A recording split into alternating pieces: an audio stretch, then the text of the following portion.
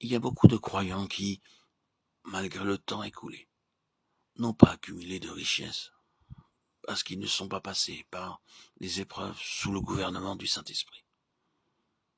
Certains peuvent laisser s'écouler les jours et les années sans pour cela se placer définitivement sous le contrôle de l'Esprit. Ils semblent traverser la vie si facilement. Mais d'autres croyants, pris en main sans répit, toutes les situations sont gouvernées par l'Esprit de Dieu. Certains bénéficient bien peu de temps qui s'écoule, car ils rencontrent peu de difficultés. Bien qu'il y ait eu suffisamment de temps pour apprendre les leçons spirituelles, leur vie n'a pas été disciplinée pour produire des valeurs spirituelles. Sachons apprécier les circonstances dans lesquelles nous sommes introduits, et ne soyons pas effrayés par les difficultés rencontrées, car elles sont toutes ordonnées pour notre enrichissement. Plus grande est la difficulté, et plus il y a de possibilités de croissance spirituelle dans la vie. C'est seulement de cette manière que nous serons capables d'apporter la parole de vie aux autres. La richesse du ministère dans la parole sera proportionnelle aux difficultés traversées. Nous pouvons seulement leur donner ce que nous avons appris du Seigneur lui-même. Cela ne pourra jamais être acquis par la connaissance de la doctrine, mais en étant conduit par le Saint-Esprit à travers les circonstances divinement ordonnées pour notre instruction. C'est pourquoi j'espère que nous qui apprenons à suivre le Seigneur, nous ne serons pas nonchalants dans notre vie quotidienne, dans toutes les désillusions et les déceptions que nous rencontrons.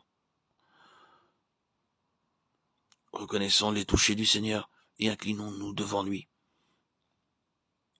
dans la reconnaissance, dans l'adoration, reconnaissant que son but dans toutes ces choses, c'est l'enrichissement de nos vies. Un certain frère croyait être suffisamment solide dans la foi jusqu'à ce qu'il tombe malade. Cette épreuve lui fit voir combien faible était sa foi. Mais en acceptant cette épreuve, il commença à apprendre ce que signifie réellement se confier dans le Seigneur. À moins d'avoir rencontré des difficultés, nous ne connaissons pas nos besoins et nous n'apprenons pas la dépendance et l'obéissance au Seigneur. Chaque fois que nous rencontrons une nouvelle difficulté, inclinons-nous devant le Seigneur et remercions-le pour la possibilité que nous avons de mieux le connaître. Chaque frustration extérieure est une nouvelle opportunité d'acquérir de la richesse intérieure. Et en passant par toutes ces expériences données par Dieu, sa grâce abondera de plus en plus à votre égard, vous faisant acquérir des richesses pour le ministère de son Église.